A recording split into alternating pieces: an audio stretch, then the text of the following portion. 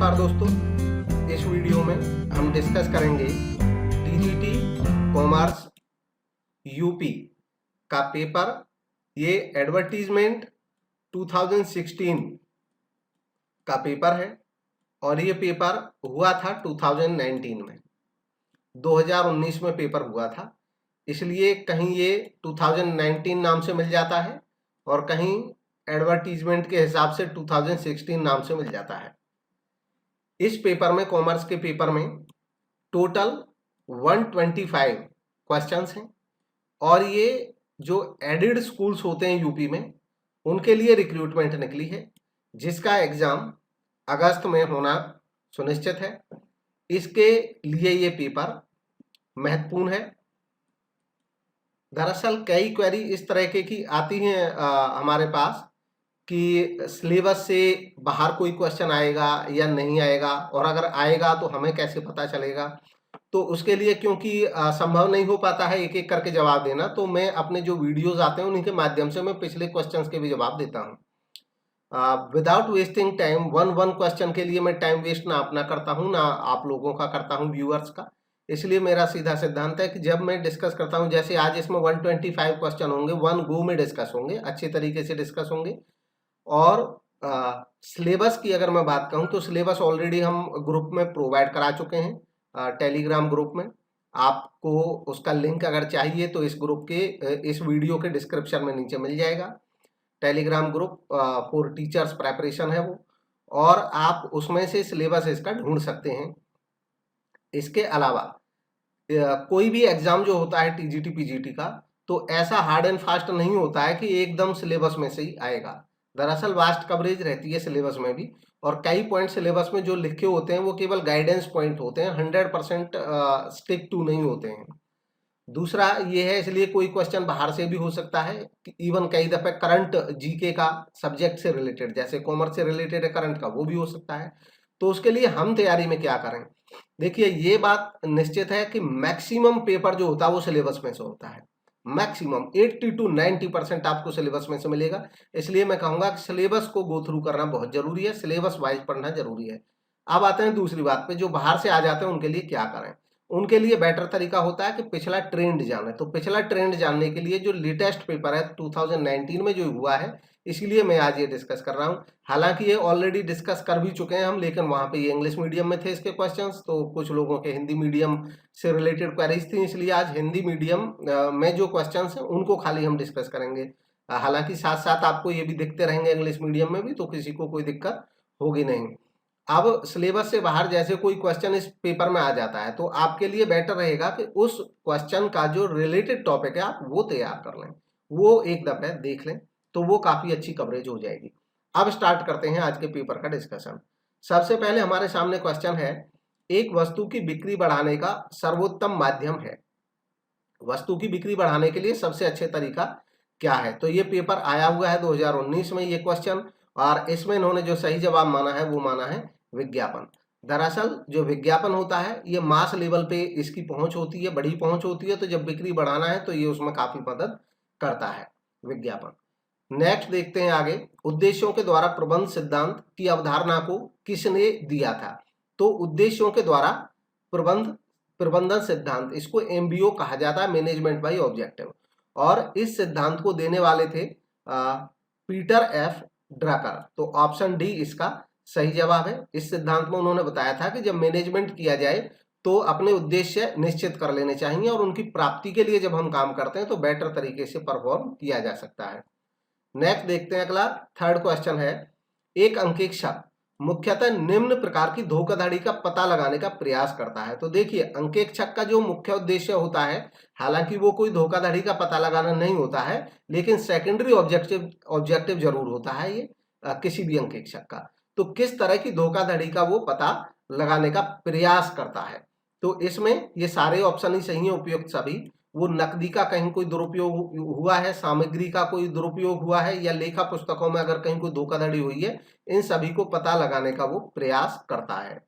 Next है, निम्नांकित में से कौन सी मुद्रा की सामाजिक बुराई नहीं है? तो देखिए, मुद्रा की सामाजिक बुराई का मतलब है कि समाज में जो बुराई उत्पन्न हो जाती है मुद्रा के चलन में होने की वजह से। तो गिवन ऑप्शन में जो ऑप्शन ए है व्यापार चक्र, बिजनेस साइकिल, ये कोई सामाजिक बुराई या किसी भी तरह की बुराई का मसला नहीं है, ये एक इकोनॉमिक सिचुएशन होती है। इकोनॉमी में व्यापार चक्र, कभी उतार चढ़ाव चलता रहता है, महंगाई मंदी आती रहती है, वो व्यापार चक्र कहलाता है। बाकी कपट, लोग मुद्रा होने की वजह से एक दूसरे के साथ छल कपट करके ज्यादा मुद्रा कमाना चाहते हैं। हत्या करना, कई लोग मुद्रा के आकर्षण में हत्या कर देते हैं मुद्रा प्राप्त करने के लिए। और भ्रष्टाचार, मुद्रा है तो भ्रष्टाचार है, अगर मुद्रा नहीं होती तो हो सकता है ये सब काम उतने ज्यादा आकर्षण में नहीं होते। तो ये मुद्रा के होने की एक बुराई मानी जाती है समाज में जो व्याप्त है। तो ये तीनों तो इसकी सामाजिक बुराई है, और व्यापार चक्र इसकी सामाजिक बुराई नहीं है, इसलिए ये इसका सही जवाब है। नेक्स्ट है, निम्न में से कौन सा अपकरण का एक माप नहीं है? जो नहीं है हमको उसका पता लगाना है। देखिए अपकरण की माप क्या होती है, ये है क्या? ये दरअसल एक मेजरमेंट होता है कि एक जो सीरीज है उसमें अपकरण कितना है। अपकरण का मतलब है कितना फैलाव है, डिस्पर्सन कितना है। जैसे किसी क्लास में बच्चों के मार्क्स 2 से लेकर 99 आए तो ये फैलाव हो गया कि भी किसी बच्चे के 2 आ रहे हैं, किसी के बीच में 10 भी आ रहे होंगे, इतना बड़ा फैलाव है 2 से 99।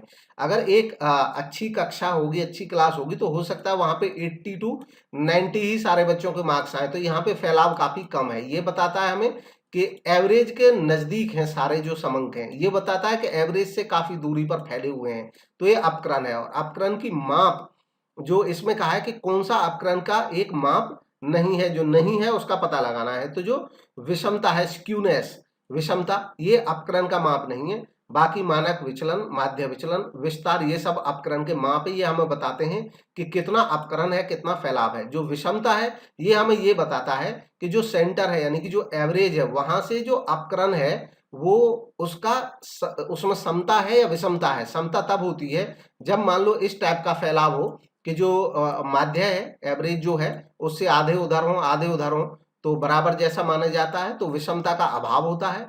और विषमता पाई जाती है जब मान लो एक तरफ तो काफी कम अंक हो और एक तरफ काफी ज्यादा लंबा हो जाए, यानी कि जो टेल होती है, ये जो वन साइडेड टेल हो जाती है बहुत ज्यादा, तो ये विषमता होती जाती है। तो विषमता का जो माप है ये अपकरण का नहीं है, ये विषमता अलग चीज है और ये अपकरण के माप है। नेक्स्ट है अगला क्वेश्चन, भारत में अंतिम ऋणदाता कहा जाता है। अब भारत में लेंडर ऑफ लास्ट रिजोर्ट, अंतिम ऋणदाता किसको कहा जाता है, ये है ये क्वेश्चन। तो अंतिम ऋणदाता कहा जाता है रिजर्व बैंक ऑफ इंडिया को। देखिए अंतिम ऋणदाता का जो कॉन्सेप्ट था वो इंग्लैंड से आया था, बैंक ऑफ इंग्लैंड में शुरू हुआ था ये कॉन्सेप्ट सबसे पहले। आज की डेट में सभी देशों में जो रिजर्व बैंक, जो उनके वहां के केंद्रीय बैंक होते हैं, वो अंतिम ऋणदाता होते हैं। हमारे यहाँ का केंद्रीय बैंक भारतीय रिजर्व बैंक है, तो ये अंतिम ऋणदाता है। अंतिम ऋणदाता का मतलब होता है कि जैसे बैंक्स के पास जब समस्या होती है, देखिए बैंक अपना लोन लेने के लिए आम पब्लिक से जमा मांगते हैं, बाकी संस्थाओं से पैसा मांग सकते हैं, लेकिन जब कहीं से उनकी पूर्ति नहीं होती है तो लास्ट में उनके पास ऑप्शन होता है कि वो रिजर्व बैंक को, अपने देश के केंद्रीय बैंक को संपर्क करते हैं, तो इसलिए कहा जाता है अंतिम ऋणदाता। नेक्स्ट है, भारत के योजना आयोग को प्रतिस्थापित किया गया है। अब भारत का जो योजना आयोग था उसको बदल दिया गया है और उसकी जगह कौन सी नई संस्था आ गई है।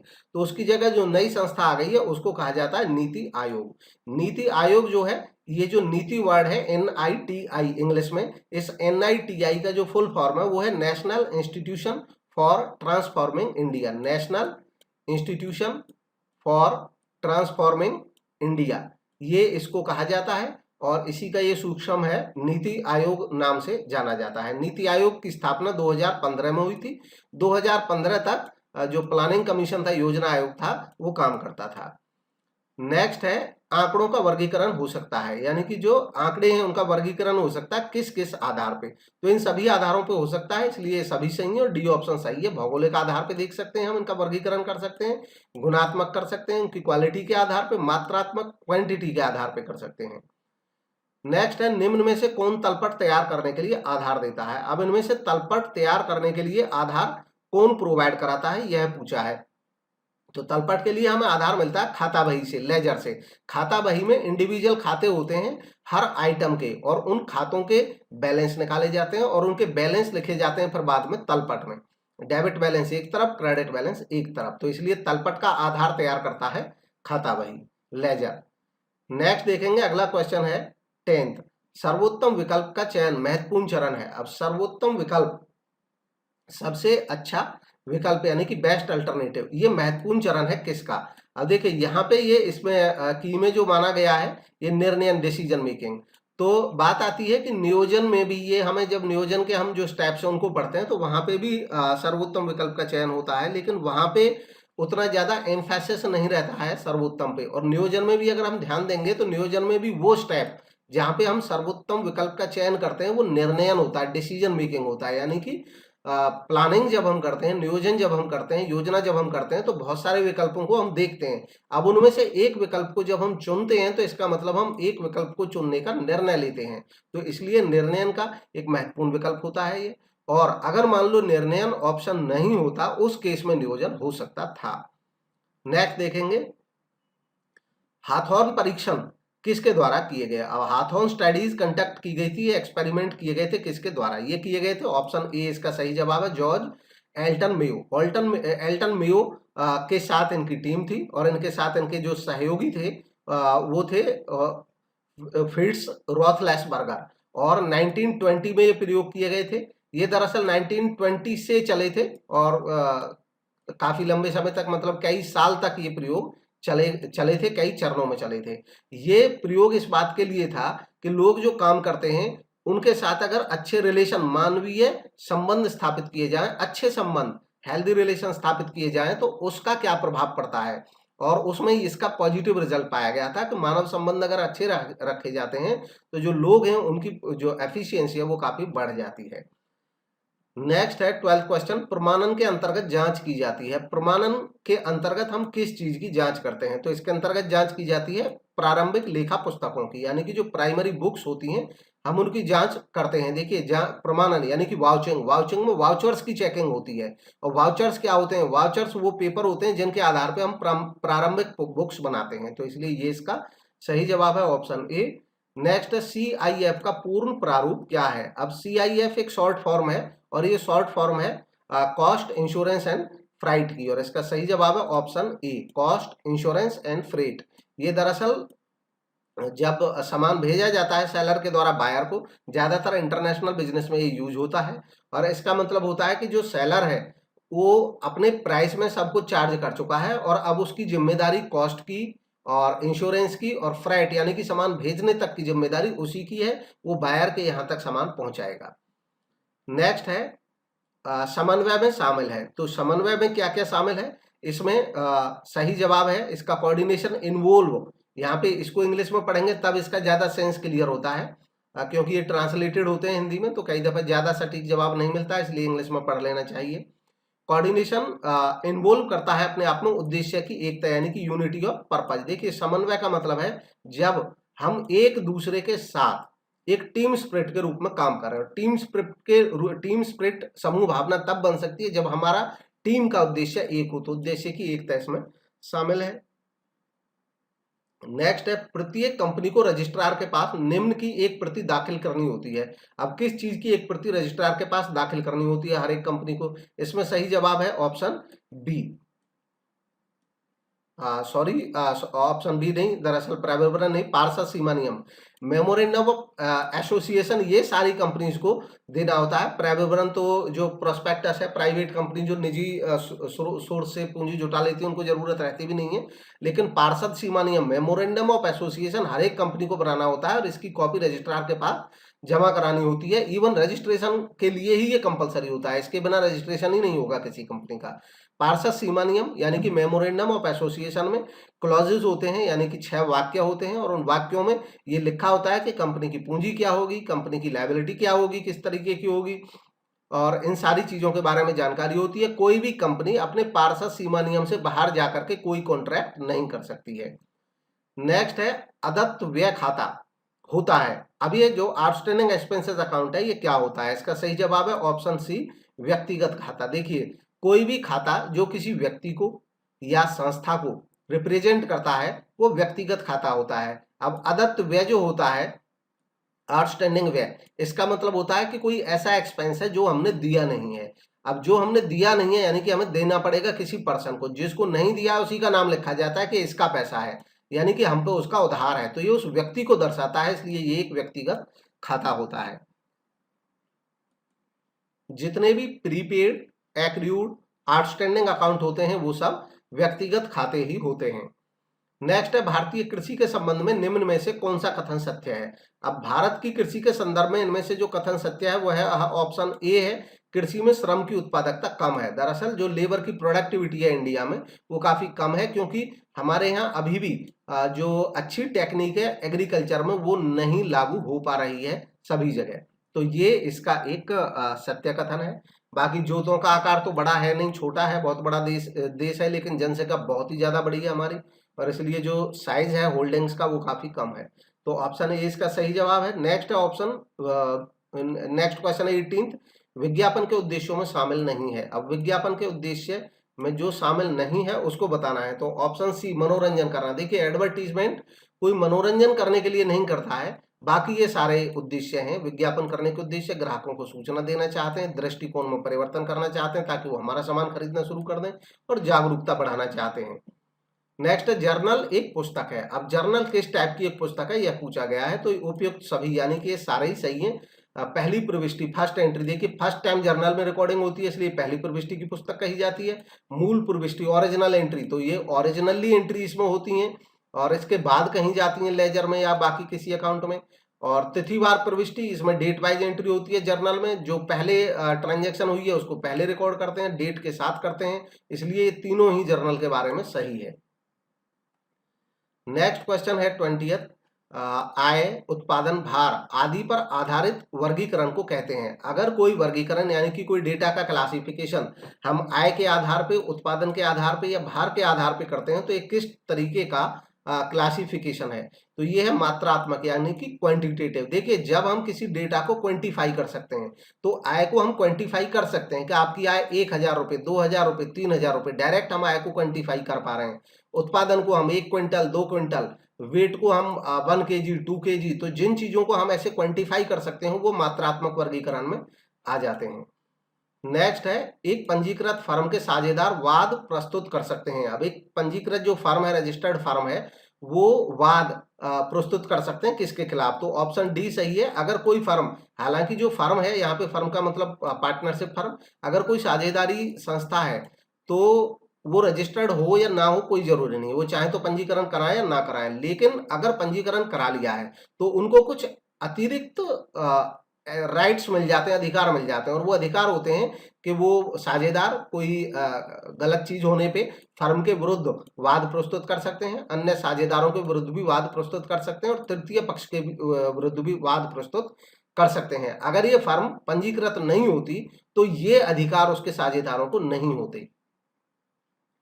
नेक्स्ट है, नए साझेदार के प्रवेश पर किसी संपत्ति के मूल्य में हुई वृद्धि को क्रेडिट किया जाता है। जब कोई नया साझेदार आता है तो उस समय मान लो संपत्ति के जो मूल्य हैं उनमें कोई बढ़ोतरी हो गई, तो उस बढ़ोतरी को क्रेडिट किस में करते हैं। देखिए, जब कोई नया साझेदार आता है तो पुराने साझेदार ये चाहते हैं कि अगर पुरानी संपत्तियों के मूल्य आज तक बढ़ चुके हैं तो बढ़े मूल्य का फायदा उन पुराने साझेदारों को मिलना चाहिए। इस काम के लिए बनाते हैं एक पुनर्मूल्यांकन खाता, और उस खाते में कोई लाभ होता है तो आपस में बांट लेते हैं। अगर कोई हानि होती है तो वो चार्ज भी करते, मतलब उनसे चार्ज भी किया जाता है, उसके नुकसान को भी वो स्वयं ही सहन करते हैं, क्योंकि नए साझेदार से आने के पहले के परिवर्तन है ये। तो संपत्ति के मूल्य में अगर कोई वृद्धि हो जाती है तो ये संपत्ति की कीमत को देते हैं बढ़ा। तो संपत्ति को तो करते हैं डेबिट, और क्रेडिट करते हैं रिवैल्यूएशन अकाउंट को। रिवैल्यूएशन यानी कि पुनर्मूल्यांकन खाते को। तो इन्होंने पूछा क्रेडिट किसको करते हैं, तो इसलिए इसका सही जवाब होगा ऑप्शन डी, पुनर्मूल्यांकन खाते को क्रेडिट किया जाएगा, संपत्ति को डेबिट किया जाएगा बढ़ाने के लिए। नेक्स्ट है, जनसंख्या घनत्व से तात्पर्य होता है व्यक्तियों की संख्या प्रति। तो ट्रेडिशनली जो यूज किया जाता है जनसंख्या घनत्व यानी कि कितने एरिया में कितने लोग निवास करते हैं, ये जनसंख्या का घनत्व होता है, और इसको मापा जाता है प्रति वर्ग किलोमीटर। प्रति वर्ग किलोमीटर की रेंज में इसको हमारे देश में मापा जाता है कि किस स्टेट में कितनी जनसंख्या है। नेक्स्ट है, किन लागत मतभेदों के अंतर्गत अंतरराष्ट्रीय व्यापार नहीं किया जाता है। तो यहाँ पे मतभेद ये ठीक नहीं है, केवल भेद है, अंतर है। लागतों में किस टाइप का अंतर होने पे अंतरराष्ट्रीय व्यापार नहीं किया जाता है, यह पूछा है। तो इसमें ऑप्शन ए सही है, एक समान। यहाँ पे एक समान का मतलब है कि अगर मान लो लागतों में कोई अंतर है ही नहीं, हमारे देश में जितने रुपए का कोई सामान बन रहा है उसकी जो लागत आ रही है वही लागत दूसरे देश में भी उस सामान की आ रही है, तो फिर अंतरराष्ट्रीय व्यापार क्यों करेंगे जब वही लागत पे हमारे यहाँ बन रहा है, वही लागत पे दूसरे देश में बन रहा है। तो अननेसेसरी हम दूसरे देश से लाएंगे तो एक खर्चा एडिशनली जुड़ जाएगा। तो जब ऐसा केस होता है तो अंतरराष्ट्रीय व्यापार की रिक्वायरमेंट नहीं रहती है। अंतरराष्ट्रीय व्यापार की रिक्वायरमेंट तब होती है जब लागतों में अंतर हो। अब लागतों में वो अंतर तुलनात्मक भी हो सकता है और वो पूर्ण रूप से भी हो सकता है। इन दोनों केसेस में अंतरराष्ट्रीय व्यापार की जरूरत होती है। तो ये इसका सही जवाब हुआ। नेक्स्ट है वित्तीय लेखांकन में खाता खतौनी की प्रक्रिया है। वित्तीय लेखांकन यानी कि जो फाइनेंशियल अकाउंटिंग होता है उसमें खाता खतौनी इसको कहते हैं लेजर पोस्टिंग। खाते में जो पोस्टिंग की जाती है वो किस टाइप की प्रक्रिया है, तो वो है वर्गीकरण की। क्योंकि उसमें हम क्या करते हैं, जर्नल में तो देखो डेट वाइज सारी एंट्री लिखी होती है, क्रोनोलॉजिकल ऑर्डर में तिथिवार लिखी होती है जर्नल में, रोज नामचे में सारी प्रविष्टियां। जब रोज नामचे में सारी प्रविष्टि लिखी होती है तो हम क्या करते हैं, उनका वर्गीकरण करते हैं ताकि एक जैसी एंट्री एक जगह हो जाए। कैश की एंट्री कैश में हो जाए, फर्नीचर की फर्नीचर में हो जाए, महेश की महेश में हो जाए, यानी कि हम वर्गीकरण करते हैं। तो ये वर्गीकरण का जो प्रोसेस है ये होता है कि हम इन सारे अकाउंट्स को अलग अलग खोलते हैं, कहाँ पे, खाते में, यानी कि लेजर में। तो लेजर में जब हम ले जाते हैं जर्नल से, इसको कहते हैं खतौनी यानी कि पोस्टिंग। तो ये इसका बी इसका सही जवाब हुआ। नेक्स्ट है रोजनामचे से खातों में स्थानांतरण को सामान्यतः कहा जाता है। रोजनामचे से, लेजर से जब हम खातों में ट्रांसफर करते हैं तो उसको कहते क्या है प्रोसेस को, तो उसको कहते हैं ऑप्शन सी खतौनी, पोस्टिंग उसको बोला जाता है, अभी जिसके बारे में डिस्कस किया था। नेक्स्ट है किस बाजार संरचना के अंतर्गत विज्ञापन करना जीवन और मृत्यु का मामला बन जाता है, तो वो कौन सी बाजार की संरचना होती है। इसका सही जवाब है ऑप्शन सी अल्पाधिकार। देखिए अल्पाधिकार बाजार की वो स्थिति होती है जिसमें खरीदार तो काफी होते हैं लेकिन बेचने वाले केवल कुछ होते हैं। केवल कुछ का मतलब होता है कि वो दो से ज्यादा होते हैं लेकिन संख्या में बहुत ज्यादा नहीं होते हैं, आसानी से वो आइडेंटिफाइएबल होते हैं। उन सभी का मार्केट पे जो शेयर होता है वो काफी ज्यादा होता है और गिने चुने होते हैं, तो इसलिए सारे ग्राहक उन सब के बारे में जानते भी हैं। जब वो कम होते हैं संख्या में तो उनमें आपस में कंपटीशन बहुत ही ज्यादा हो जाता है। जब कंपटीशन बहुत ही ज्यादा हो जाता है तो जिसकी एडवर्टीजमेंट ज्यादा होती है वो लीड ले जाता है।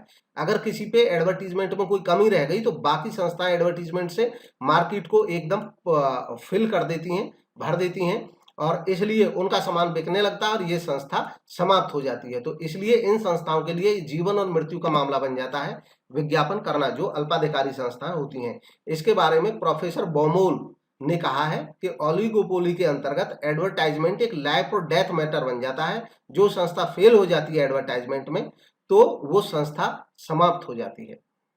नेक्स्ट है प्रमाणन का उद्देश्य है। प्रमाणन यानी कि वाउचिंग। वाउचिंग जो होती है, प्रमाणन होती है, ऑडिट में जो किया जाता है उसका ऑब्जेक्टिव क्या होता है। तो इसके अब देखिए बोर्ड की जो ओरिजिनल की थी उसमें आंसर उन्होंने सी माना था, बाद में बोर्ड में की रिवाइज हुई और आंसर उन्होंने डी कर दिया। डी क्यों कर दिया, क्योंकि इनमें से कोई भी सही नहीं है। वाउचिंग प्रमाणन, प्रमाणन का उद्देश्य होता है प्रमाणित करना, जैसा नाम से ही पता चलता है। प्रमाणन का उद्देश्य प्रमाणित करना है कि कोई जो इंफॉर्मेशन रिकॉर्ड है वो सत्य है कि नहीं है। यानी कि यहाँ पे वेरीफाई करना मकसद होता है चीजों का। जो ऑलरेडी रिकॉर्डेड ट्रांजैक्शंस हैं उनका मिलान किया जाता है वाउचर्स के साथ और उनकी सत्यता की जांच की जाती है।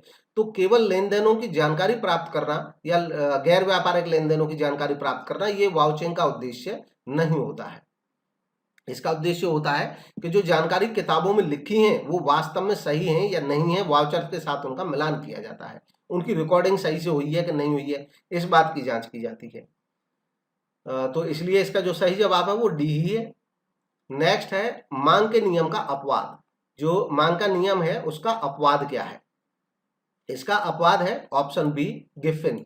गिफिन गुड्स, दरअसल गिफिन गुड्स ऐसी गुड्स होती है, इनके बारे में जो प्रोफेसर गिफिन है उन्होंने कहा था, इसलिए उनके नाम से ही इनको गिफिन पैराडॉक्स या गिफिन विरोधाभास और ऐसी पुस्तकों को ऐसी जो गुड्स होती है उनको कहा जाता है गिफिन गुड्स, गिफिन वस्तुएं।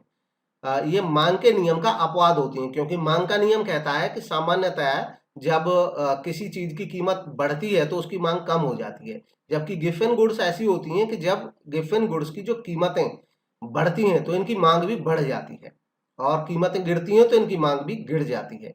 इनमें ये उल्टा चलता है ये नियम और इसलिए इसको विरोधाभास कहा जाता है।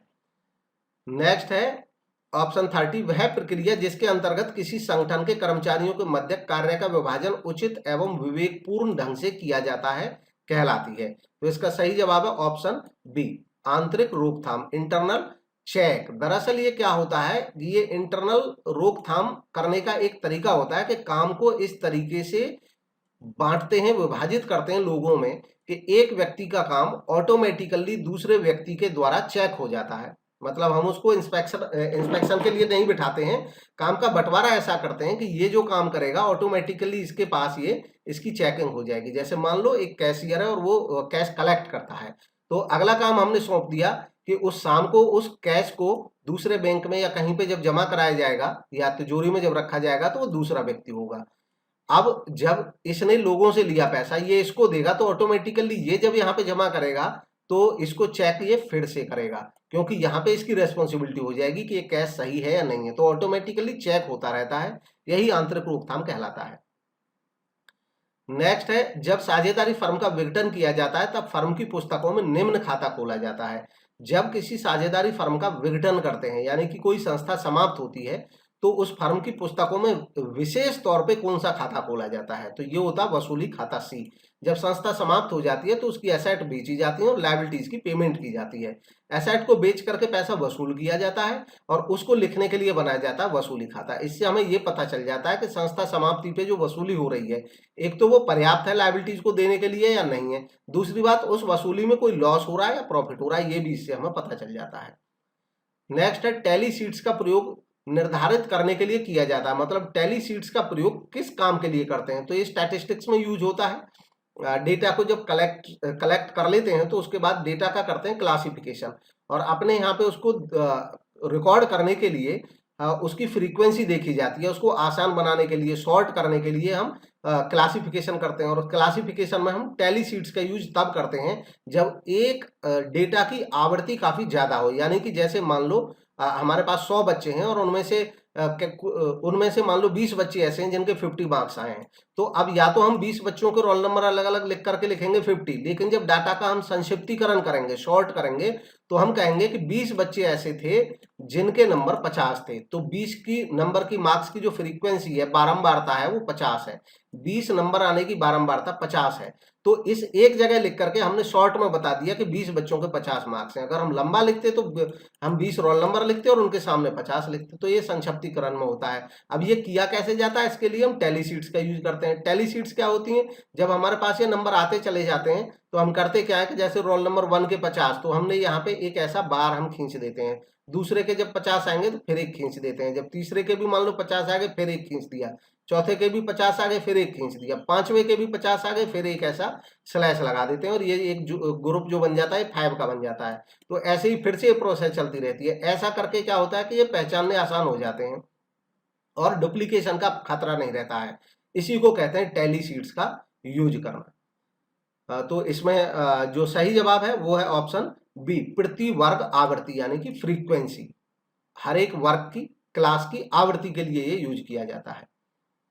नेक्स्ट है 33, व्यक्तिगत विक्रय लक्षित नहीं होता है। जो पर्सनल सेलिंग होता है वो टारगेटेड नहीं होता है किसके प्रति, तो ऑप्शन ए, अधिसंख्य श्रोता। यानी कि जब मास ऑडियंस होगा, जब बहुत ज्यादा लोग होंगे, तो पर्सनल सेलिंग संभव ही नहीं हो पाएगी। पर्सनल सेलिंग का लक्ष्य होता है व्यक्तिगत पर्सन कॉन्टैक्ट पे, यानी कि पर्सन टू पर्सन मिलना, या दो तरफा संप्रेषण होना, यानी कि हम टू वे कम्युनिकेशन करें, और तुरंत प्रतिपुष्टि, क्विक फीडबैक इसमें मिल जाता है। ये पर्सनल सेलिंग में होती हैं ये चीजें, इनके लक्ष्य के लिए ये किया जाता है, ये नहीं होता है। ऑप्शन ए करेक्ट हो गया। नेक्स्ट है, लेखांकन प्रक्रिया में शामिल नहीं है। लेखांकन की जो प्रोसेस है उसमें इनमें से क्या शामिल नहीं है, सरलीकरण करना, ये शामिल नहीं है। लेखांकन की प्रोसेस में रिकॉर्ड करना, वर्गीकरण करना, सारांशीकरण करना, ये सब शामिल होता है। रिकॉर्ड करते हैं ओरिजिनल बुक्स में, वर्गीकरण करते हैं लेजर में, और सारांशीकरण करते हैं हम ट्रायल बैलेंस में, P&L अकाउंट में, बैलेंस शीट में। नेक्स्ट है, मुद्रा के मूल्य और सामान्य मूल्य स्तर के मध्य संबंध होता है। अब मुद्रा का मूल्य और सामान्य, यानी कि जो सामान्य तौर पे वस्तुओं का मूल्य होता है इकोनॉमी में, उनमें संबंध कैसा होता है, उनमें होता है प्रतिकूल। जब मान लो महंगाई आती है तो उस समय होता है जो चीजों की कीमतें हैं वो बढ़ जाती हैं।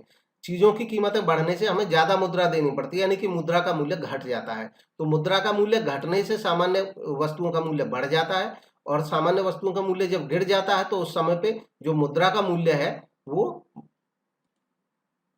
बढ़ जाता है, क्योंकि कम मुद्रा में ज्यादा सामान आ जाता है। तो इनमें जो विपरीत संबंध होता है, प्रतिकूल संबंध होता है। नेक्स्ट है, निम्नांकित में कौन से वाणिज्यिक बैंकों की क्रेडिट निर्माण शक्ति को सीमित करता है? इसमें कहा गया है, अब सबसे पहले जाने कि ये जो क्रेडिट क्रिएशन है, यानी कि क्रेडिट निर्माण शक्ति है, ये है क्या? ये होती है जो इकोनॉमी में कॉमर्शियल बैंक होते हैं, वो क्रेडिट का क्रिएशन करते हैं।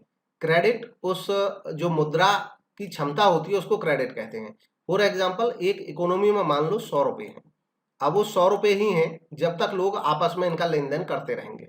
ये एज्यूम करते हैं कि केवल 100 रुपए हैं पूरी इकोनॉमी में। लेकिन इकोनॉमी में मान लो एक बैंक है, कॉमर्शियल बैंक, तो इस व्यक्ति ने 100 रुपए जमा कर दिए बैंक में।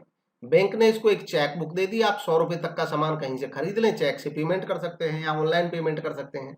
तो रुपए तो 100 बैंक के पास आ गए। बैंक ने क्या किया कि जो अपनी रिक्वायरमेंट थी, रिजर्व वगैरह बचा करके बाकी पैसे ये आगे किसी को लोन दे देता है। मान लो इसने 20 रुपए रख लिए और आगे किसी को लोन दे दिया 80 रुपए।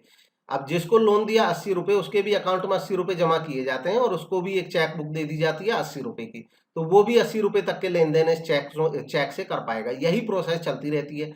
इससे जो अभी 100 रुपए की जो मुद्रा थी, अगर बैंक किसी को लोन नहीं देता तो ये 100 रुपए में ही काम करती रहती, लेकिन लोन दे दिया 80 रुपए का, तो जिस पर्सन के 100 रुपए जमा है वो भी 100 रुपए तक के चेक यूज करता रहेगा, खरीद बेच में ऑनलाइन पेमेंट करता रहेगा। और जिसको 80 रुपए का लोन मिला वो भी 80 रुपए तक की पेमेंट करता रहेगा ऑनलाइन या चेक से। यानी कि ये जो 100 रुपए थे जो यहाँ जमा हैं, ये अब 180 का काम कर रहे हैं। ठीक ऐसे ही जब इसमें से कुछ रख करके लोन दिया जाएगा, मान लो 20 रुपए रख लिए इसने, इसमें से बैंक ने अपने पास बचा के फिर से 60 रुपए का बैंक ने फिर लोन दे दिया आगे। तो अब 60 रुपए, क्योंकि पैसा तो बैंक के ही पास है, ये लोग तो ऑनलाइन लेन देन कर रहे हैं, तो 60 रुपए फिर से इकोनॉमी में हो गए। तो इस तरह ये क्रेडिट क्रिएशन होता रहता है, बढ़ता चला जाता है।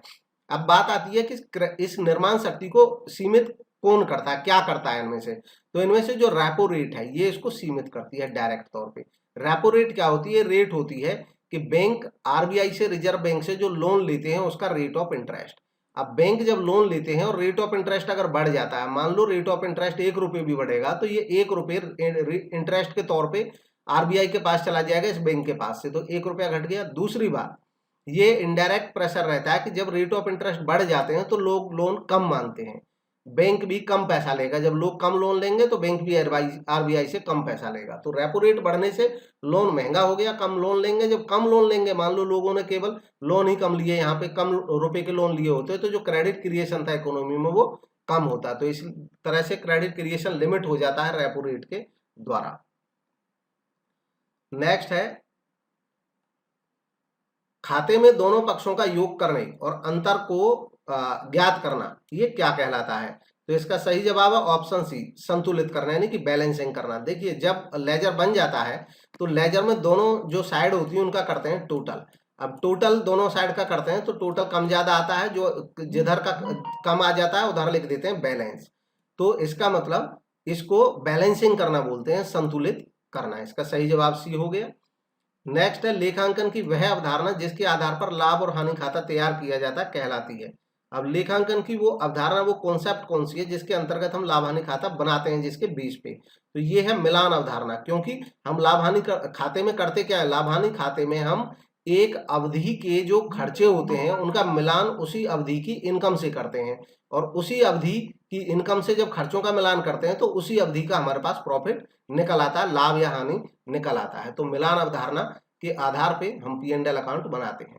तो 38 का सी सही जवाब हो गया। नेक्स्ट है 39, निम्न में से कौन सा मुद्रा का कार्य नहीं है? तो मुद्रा का कार्य कौन सा नहीं है उसका पहचान हमें करना है। मुद्रा का कार्य नहीं है कीमतों को स्थिर करना, ये मुद्रा का कार्य नहीं है। बाकी ये विनिमय का माध्यम है, यानी कि लेन देन का माध्यम है। मूल्य का संग्रहण है, हम मुद्रा इकट्ठा करके हम संग्रह कर सकते हैं मूल्य को। और मापने की इकाई है, जो सौदे होते हैं ट्रांजेक्शन, उनको हम मेजर कर सकते हैं इसके माध्यम से। तो इसका सही जवाब ऑप्शन सी हो गया। नेक्स्ट है, व्यक्तिगत विक्रय में शामिल है। व्यक्तिगत विक्रय में क्या शामिल है पर्सनल सेलिंग में? तो इसका सही जवाब है उपयुक्त सभी। मौखिक संप्रेषण होता है पर्सनल सेलिंग में, आमने सामने बातचीत होती है लोगों से और ग्राहकों से बातचीत है, सारे ही शामिल है। नेक्स्ट है, एक जर्नल प्रविष्टि जिसमें 2 या 2 से अधिक खाते डेबिट या क्रेडिट किए जाते हो, ये कहलाती है, क्या कहलाती है? तो गिवन ऑप्शन में जो सही जवाब है वो है संयुक्त एंट्री, यानी कि कंपाउंड एंट्री। कंपाउंड एंट्री तब कहा जाता है किसी एंट्री को जब किसी एंट्री में डेबिट में 2 या 2 से ज्यादा हो जाए और क्रेडिट में चाहे एक ही रहे सिंगल, या डेबिट में चाहे एक ही सिंगल रहे और क्रेडिट में 2 या 2 से ज्यादा हो जाए अकाउंट, तो ऐसी एंट्री को हम कंपाउंड एंट्री कहते हैं। तो इसमें यही उन्होंने पूछा था कि जिसमें 2 या 2 से अधिक खाते डेबिट ऑब्लिक क्रेडिट किए जाते हैं तो वो कंपाउंड एंट्री कही जाती है।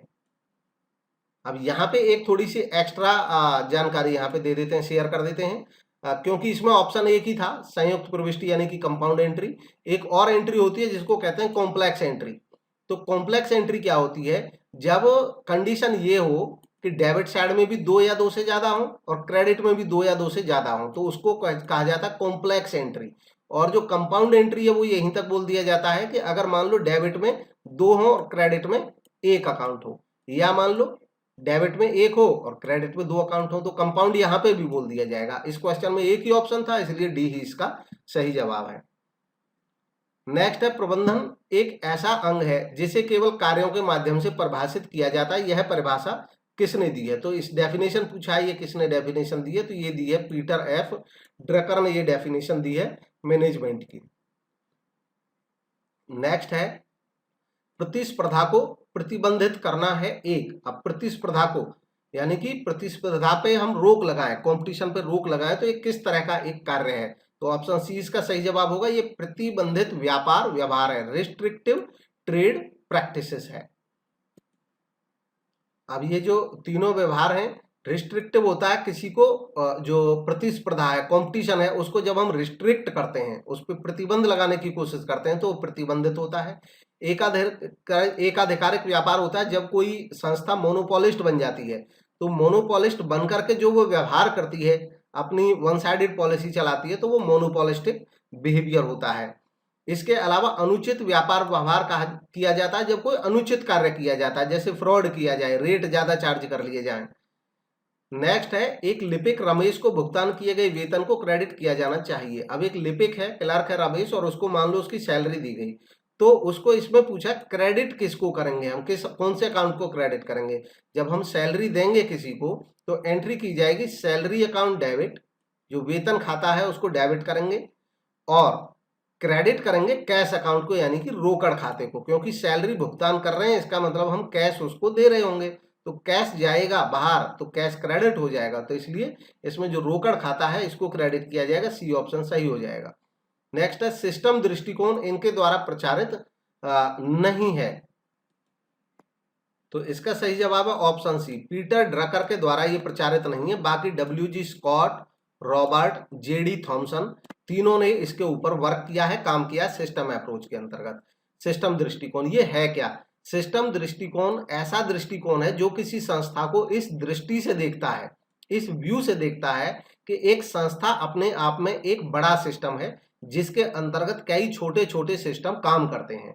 अब वो सारे छोटे छोटे सिस्टम काम करते हैं, वो बड़े सिस्टम के लिए काम करते हैं, इसलिए सारे छोटे सिस्टम्स के जो ऑब्जेक्टिव हैं वो बड़े सिस्टम के ऑब्जेक्टिव के साथ मेल खाने चाहिए, और जो छोटे छोटे सिस्टम्स हैं वो भी आपस में कोऑर्डिनेशन के साथ काम करें, तभी हम संस्था के लार्जर ऑब्जेक्टिव को अचीव कर पाते हैं। ये सिस्टम अप्रोच है। नेक्स्ट है पुस्तपालन का मुख्य कार्य क्या है, जो बुक कीपिंग है इसका मुख्य कार्य है क्या, तो इसका सही जवाब है ऑप्शन सी, वित्तीय समंकों का अभिलेखन करना। दरअसल इसका काम होता है पुस्तपालन का, जो पुस्तकें हैं उनको मेंटेन करना और रिकॉर्डिंग करना उनमें, ये इसका मुख्य कार्य है। नेक्स्ट है कंपनी अधिनियम की धारा 2 उपधारा 36 किससे संबंधित है, तो दरअसल ये धारा 2 और उपधारा 36 ये कंपनीज एक्ट 1956 में, कंपनी अधिनियम 1956 में ये संबंधित है किससे, प्रोस्पेक्टस से, प्राविवरण से। लेकिन इस क्वेश्चन को प्रीवियस पेपर में हटा दिया गया था, डिलीट कर दिया गया था। कारण क्या था कि जो कंपनीज एक्ट 2013 अब जब बन चुका है तो उसमें प्रोस्पेक्टस के लिए जो धारा है वो है धारा 2 और उपधारा 70, सेक्शन 2 एंड सब सेक्शन 70, तो इसलिए इसको डिलीट कर दिया गया था। जब कोई क्वेश्चन इस टाइप का आएगा तो उसमें जो नया एक्ट है, ऐसी एक क्वेरी आई थी मेरे पास एक दफे कि कौन से एक्ट को देखा जाना चाहिए, तो देखिए ऐसे क्वेश्चन में जहां पे हमें पता नहीं चल रहा है, तो अगर कोई जवाब इसमें प्राविवरण करता पुराने एक्ट के अनुसार ये होता, तो ये नए एक्ट के अनुसार माना जाएगा, क्योंकि यहाँ पे कोई विशिष्ट जानकारी है नहीं, नया एक्ट इसमें एप्लीकेबल होगा। हालांकि जिसने ये क्वेश्चन किया होगा और इस तरह का क्वेश्चन जो अटेम्प्ट कर देगा उसको इसका कोई नुकसान भी नहीं हुआ होगा, क्योंकि ये क्वेश्चन ही डिलीट हो जाता है। नेक्स्ट है, निम्न में से कौन सा औसत बिंदु रेखीय प्रदर्शन द्वारा ज्ञात नहीं किया जा सकता है? तो इसमें सही जवाब है ऑप्शन ए, समांतर माध्य। देखिए समांतर माध्य ये अर्थमेटिक मीन होता है, इसको हम कैलकुलेशन के माध्यम से निकाल सकते हैं, इसको हम रेखीय प्रदर्शन के माध्यम से नहीं जान सकते। बाकी जो ये हैं चतुर्थक, माध्य का बहुलक, इनको हम बिंदु रेखीय प्रदर्शन के द्वारा हम देख सकते हैं, उनको निकाल सकते हैं। नेक्स्ट है, ध्वनि प्रदूषण उत्पन्न होता है जब ध्वनि तरंगें बढ़ जाती हैं। तो ये क्वेश्चन दरअसल डिलीट हो गया था, क्योंकि ये जो डेटा है ये प्रदूषण के लिए अब ये जो लिमिट्स हैं ये काफ़ी बढ़ चुकी हैं, तो इसलिए ये क्वेश्चन ही डिलीट हो गया था। आज की डेट में 98 डेसिबल से ऊपर का जो प्रदूषण होता है तब उसको माना जाता है कि इससे ऊपर जो जाएगा वो खराब माना जाएगा, और ये एवरेज वो है प्रदूषण है। और हालांकि जो WHO है, वर्ल्ड हेल्थ ऑर्गेनाइजेशन, वो 50 डेसिबल यानी कि 50 dB से ऊपर जब चला जाता है तो उसको मानते हैं वो ध्वनि प्रदूषण। यहां तक का जो प्रदूषण है 50 dB तक का, वो रेजिडेंशियल एरियाज के लिए अलाउड है WHO के द्वारा। एवरेज जो है वो आज की डेट में मिलता है 98। नेक्स्ट है, इनमें से कौन सा संगठित मुद्रा बाजार का अंग नहीं है? अब संगठित मुद्रा बाजार का मतलब है मुद्रा का वो बाजार जो जिसका संगठन हो प्रॉपर, जिसका ऑर्गेनाइजेशन हो, जिसका कोई बॉडी हो रेगुलेट करने वाला, जिसमें सेल और परचेज के लिए कोई प्रॉपर जगह हो, उसको संगठित मुद्रा बाजार कहते हैं। तो ऑप्शन सी जो है देशी बैंकर, ये संगठित मुद्रा बाजार का अंग नहीं है। इंडिजिनस बैंकर्स ये अलाउड भी नहीं है आज की डेट में। वो एरिया जो जिनके ऊपर RBI का कंट्रोल रहता है वो संगठित मुद्रा बाजार का हिस्सा होते हैं, जैसे केंद्रीय बैंक, व्यावसायिक बैंक, क्षेत्रीय ग्रामीण बैंक, ये सब संगठित मुद्रा बाजार का अंग हैं। नेक्स्ट है, एक देनदार को दी गई नकद छूट क्रेडिट की जानी चाहिए। अब अगर एक देनदार को कोई नकद छूट दी जाती है, कैश डिस्काउंट दी जाती है, तो उसको यहाँ पे पूछा क्रेडिट किस अकाउंट में करेंगे। तो पहले इसको देखें ये होता क्या है। इसके ऊपर पहले पिछले पेपर में हमने बताया था, तो उसके ऊपर कई लोगों की क्वेरी थी, वहां पे मैं जवाब नहीं दे पाया था लिख करके। तो यहाँ पे अब इसको मैं डिस्कस करूंगा डिटेल में। तो पहली बात, नकद छूट कहते हैं किसको? नकद छूट का मतलब होता है कि जब हमारा कोई देनदार हमको पैसे दे रहा है और हमने कोई ऐसा उसको ऑफर दिया था कि भैया आप जल्दी पैसा दे दोगे तो हम आपको डिस्काउंट दे देंगे। जब हम किसी को जल्दी कैश पेमेंट करने के लिए प्रेरित करते हैं तो वो, और उस टाइम पे वो जल्दी पैसा दे देता है, तो ऐसे डिस्काउंट को नकद छूट कहते हैं, कैश डिस्काउंट कहते हैं। मान लो किसी देनदार पे हमारे 2000 रुपए थे, हमने कहा कि भैया आप 2 दिन में दे दोगे तो हम 100 रुपए छोड़ देंगे। उसने कहा ठीक है, हमें 2 दिन में दे देता हूँ। उसने 2 दिन में पैसे दे दिए। जब वो 2 दिन में पैसे दे देगा तो हम एंट्री करेंगे, कैश को करेंगे डेबिट, जितना कैश हमें मिल गया। हमने 100 रुपए छोड़ दिए इसलिए हमको 1900 रुपए मिल जाएंगे, तो हम कैश को कर देंगे डेबिट। जो 100 रुपए हमने छोड़ दिए वो हमारा डिस्काउंट है जो हमने उसको दे दिया, तो इसलिए हम डिस्काउंट को करेंगे डेबिट, जो हमने अलाउ कर दिया 100 रुपए।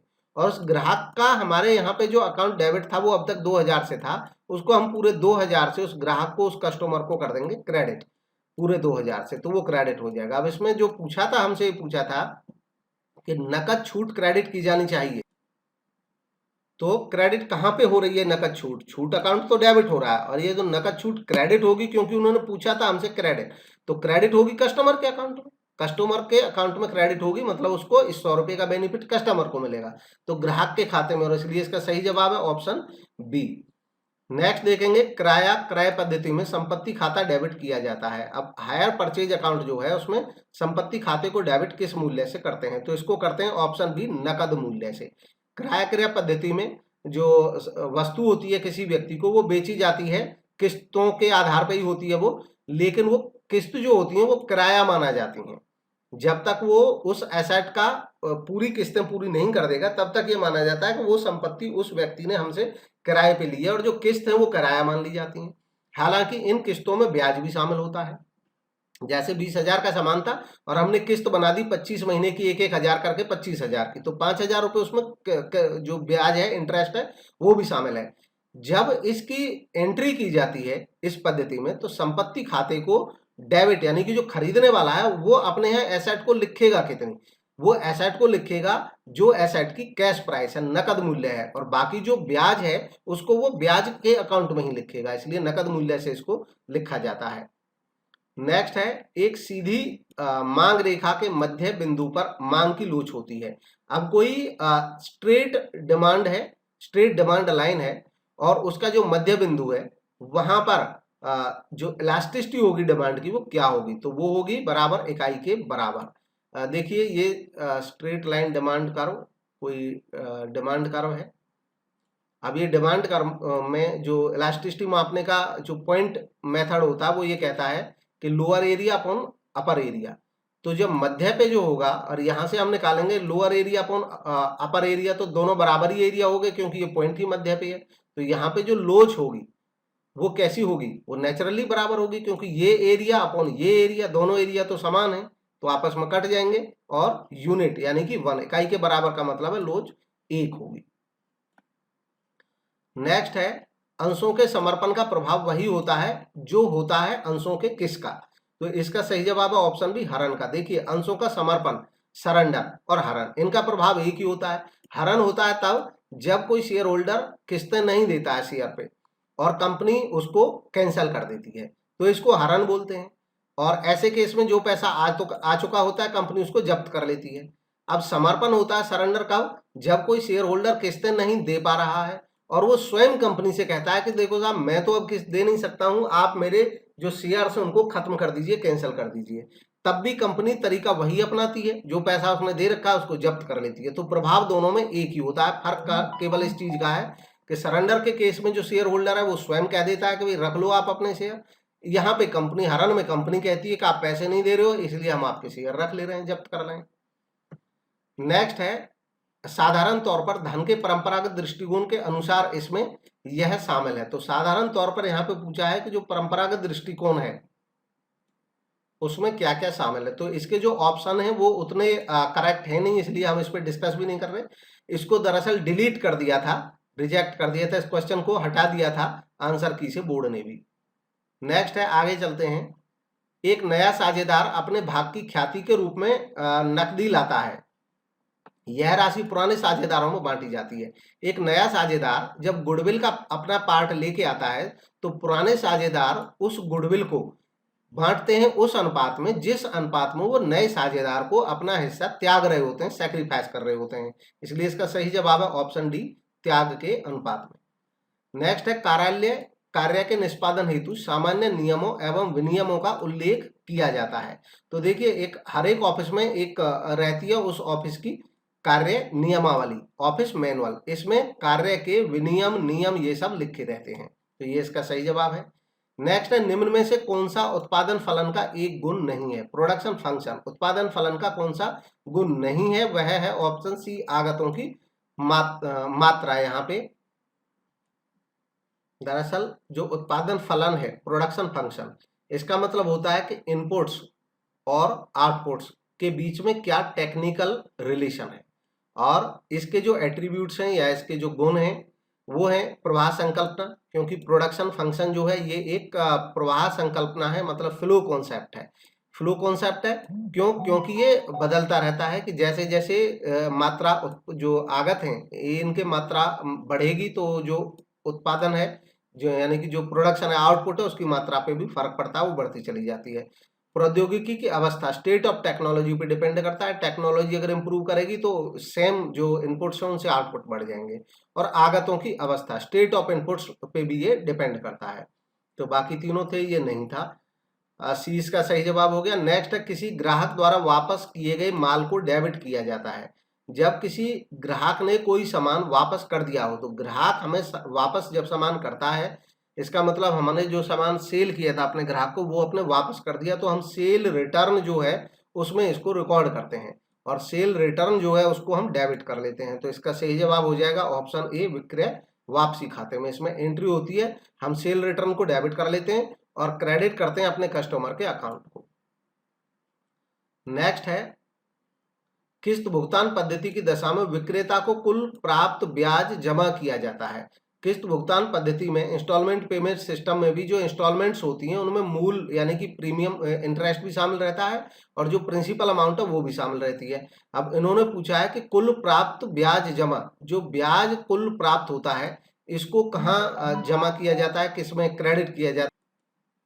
यहाँ पे प्राप्य ब्याज का मतलब है जो ब्याज प्राप्त होने वाला है, तो उसको क्रेडिट कर देते हैं इंटरेस्ट सस्पेंस अकाउंट में, इसलिए इसका सही जवाब है ऑप्शन ए, ब्याज उचंत खाते में। फॉर एग्जाम्पल जैसे सेलर जो है विक्रेता, मान लो वो 20,000 वाला सामान जब किस्तों पे दे रहा है तो उसमें 2,000 ब्याज के जोड़ दिए किस्तों के और टोटल 22,000 में बेचा, तो वो एंट्री करेगा कि जो सामान की उसकी सेल हुई है वो तो 20,000 की ही हुई है और बाकी 2,000 रुपये उसको इंटरेस्ट मिलेगा इस सामान पे, तो इसको वो बोलता है इंटरेस्ट सस्पेंस अकाउंट। नेक्स्ट है चार्टर पार्टी का प्रयोग किया जाता है, तो चार्टर पार्टी का प्रयोग किया जाता है एक्सपोर्ट ट्रेड में। दरअसल एक्सपोर्ट के समय पे जो एक्सपोर्टर होता है वो सामान भेजने के लिए एग्रीमेंट करता है किसी जहाजी कंपनी के साथ, उसका जहाज किराए पे लेने के लिए, उसमें सामान रखने के लिए, तो वो जो कॉन्ट्रैक्ट करता है उस कॉन्ट्रैक्ट को बोलते हैं चार्टर पार्टी, तो इसलिए ये एक्सपोर्ट बिजनेस में यूज किया जाता है।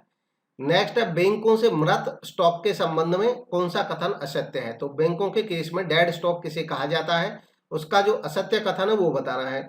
ये है ऑप्शन डी, ये गैर निष्पादन संपत्तियां हैं, नॉन परफॉर्मिंग एसेट, तो ये कथन जो है ये सत्य नहीं है। एनपीए गैर निष्पादन संपत्तियों का मतलब बैंक के केस में उन लोन से होता है जो लोन बैंक ने दे दिए हैं लोगों को और वो जो लोन्स हैं उनसे रिकवरी नहीं हो पा रही है, उनसे जो वापस किस्तें आनी थी वो नहीं आ रही हैं, तो उनको एनपीए बोला जाता है। बाकी जो मृत स्टॉक होता है बैंकों के केस में वो होता है उनके यहाँ पे जो साज सज्जा या ऑफिस डेकोरेम के लिए जितनी भी चीजें रखी हैं, इवन फर्नीचर भी, क्योंकि ये सामान बैंक के बिजनेस में कोई बढ़ावा नहीं देता है, बैंक उसको अपने खाली जरूरत होती है, रिक्वायरमेंट होती है उसके लिए रखता है, तो फर्नीचर वगैरह या कोई भी वो इक्विपमेंट रखेंगे अपने यहाँ पे वो डेड स्टॉक कहलाता है। इसमें बाकी ये कथन असत्य था और ये इसके संदर्भ में सत्य है। बैंकों को लाभ प्राप्त नहीं होता है इससे, कोई ऐसा नहीं है कि इंटरेस्ट ज्यादा मिल जाता है। इसमें फर्नीचर और भवन शामिल है, ये भी सत्य है, फर्नीचर और भवन दोनों डेड स्टॉक ही माने जाते हैं। इन्हें प्रतिष्ठा बढ़ाने हेतु उपयोग किया जाता है, ये भी सही है। जैसे प्राइवेट बैंक हैं तो वो अपनी प्रतिष्ठा के लिए इन पे और ज्यादा खर्च करते हैं। नेक्स्ट, भारत के विदेशी व्यापार की समस्याओं में से एक है, अब भारत के जो विदेशी व्यापार है उसकी एक समस्या इसमें दी है ऑप्शन में और वो है ऑप्शन सी, व्यापार की प्रतिकूल शर्तें, unfavourable terms of trade. Trade की अनफेवरेबल टर्म्स का मतलब होता है ऐसी टर्म जो हमारे फेवर में ना हो, तो वो हमारे लिए समस्या हो जाएगी।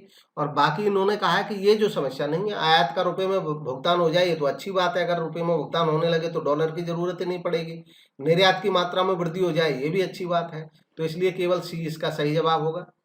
नेक्स्ट है भारतीय अर्थव्यवस्था में 1991 के संकट की उत्पत्ति हुई थी।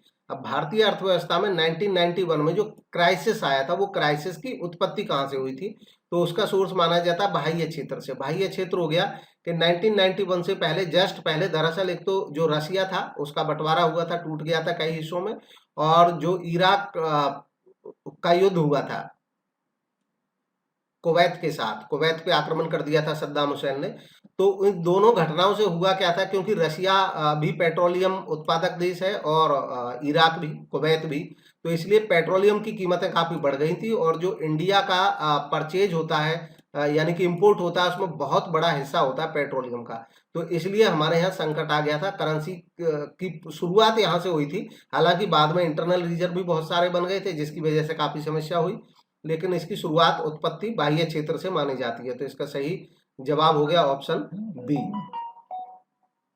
नेक्स्ट है निम्न में से कौन सा हाथोन परीक्षण का अंग नहीं है। अब हाथोन परीक्षण जो था वो कई दौर में चला था, दरअसल ये कई दौर में इसका वो हुआ था एक्सपेरिमेंट, 1924 से चले थे और 24 से चलकर ये कंप्लीट हुए थे 32 तक, तो लगभग 7 सालों तक ये चलता रहा, 7-8 सालों तक ये परीक्षण।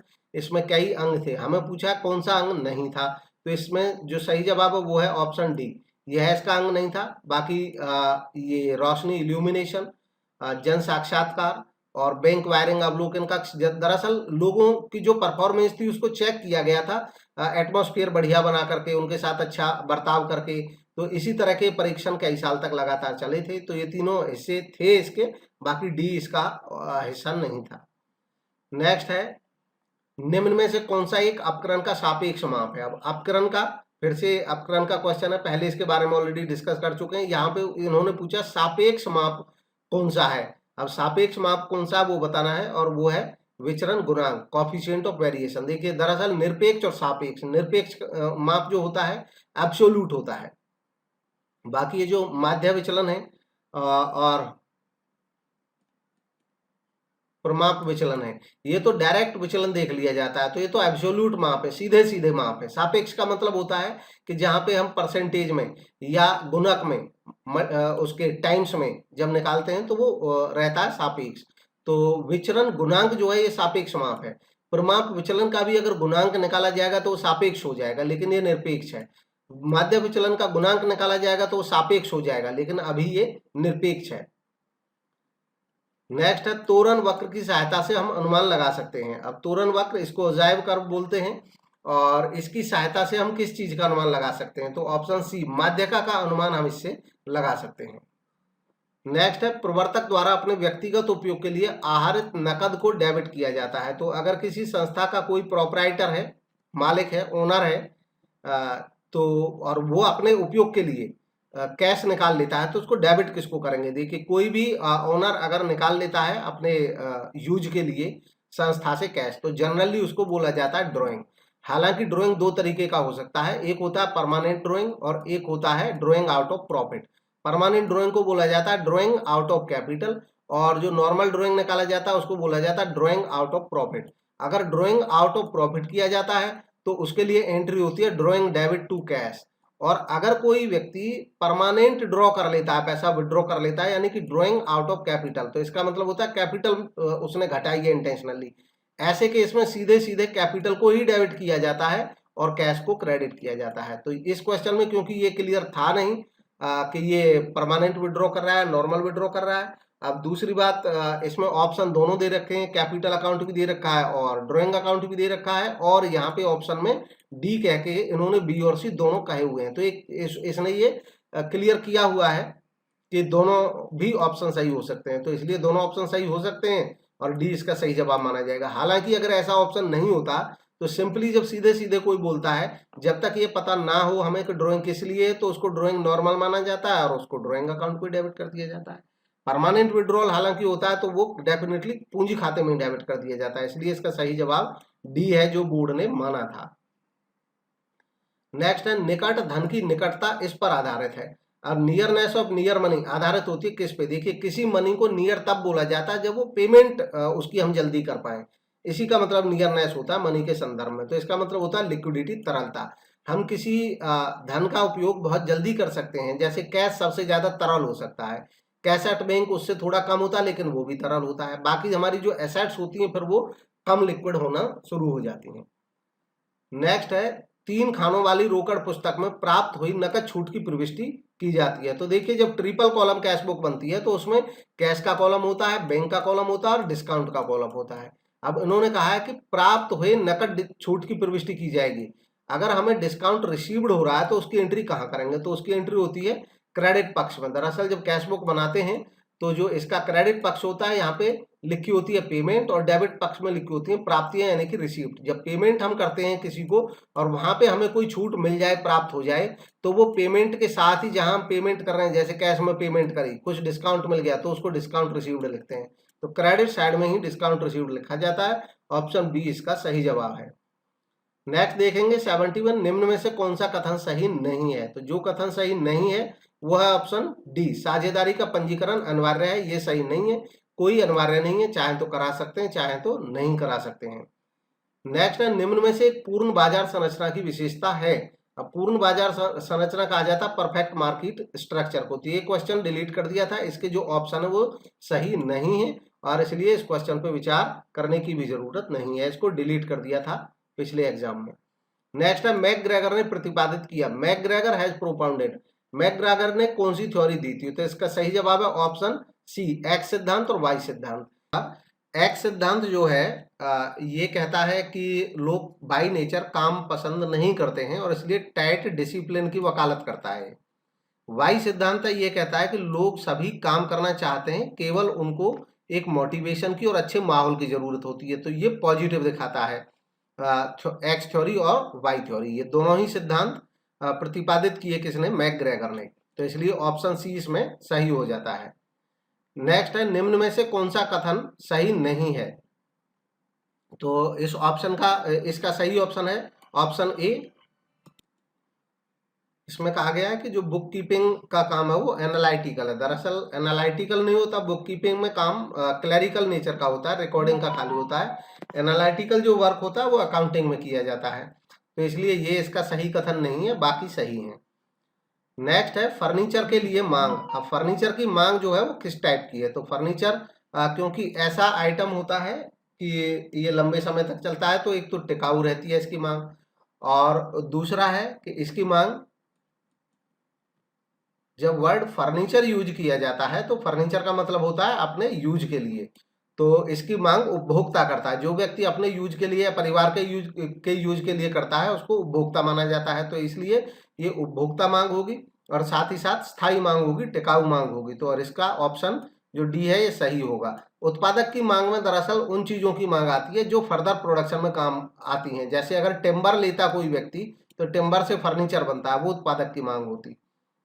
नेक्स्ट है, अपहत अंशों के पुनर्निर्गमन के पश्चात अंश अपहरण खाते का शेष हस्तांतरित किया जाता है। तो अगर कोई शेयर फॉरफिट कर लिए जाते हैं और उनपे शेयर फॉरफीचर अमाउंट आ जाता है कंपनी के पास, कंपनी उनको फिर से रीइश्यू कर देती है, किसी को बेच देती है। तो जो अंश फॉरफिटेड किए थे उनपे जितना अपहरण का पैसा था उसको अब ट्रांसफर कर दिया जाता है रीइश्यू होने के बाद, क्योंकि ये कैपिटल गेन है, पूंजीगत लाभ है, इसलिए पूंजी संचय खाते में इसको ट्रांसफर कर दिया जाता है। ऑप्शन डी इसका सही जवाब हो जाएगा।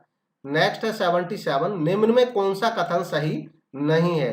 तो इसमें जो सही कथन नहीं है वो है ऑप्शन ए, तलपट का उद्देश्य पुस्तकों की शुद्धता की जांच करना है। देखिए, पुस्तकों की शुद्धता की जांच नहीं करता, ये जो मैथमेटिकल हमारा एक्यूरेसी होती है केवल उसको जांच करता है, यानी कि अंकीय जो शुद्धता है उसकी जांच करता है कि कोई मैथमेटिकल एरर तो नहीं बची है।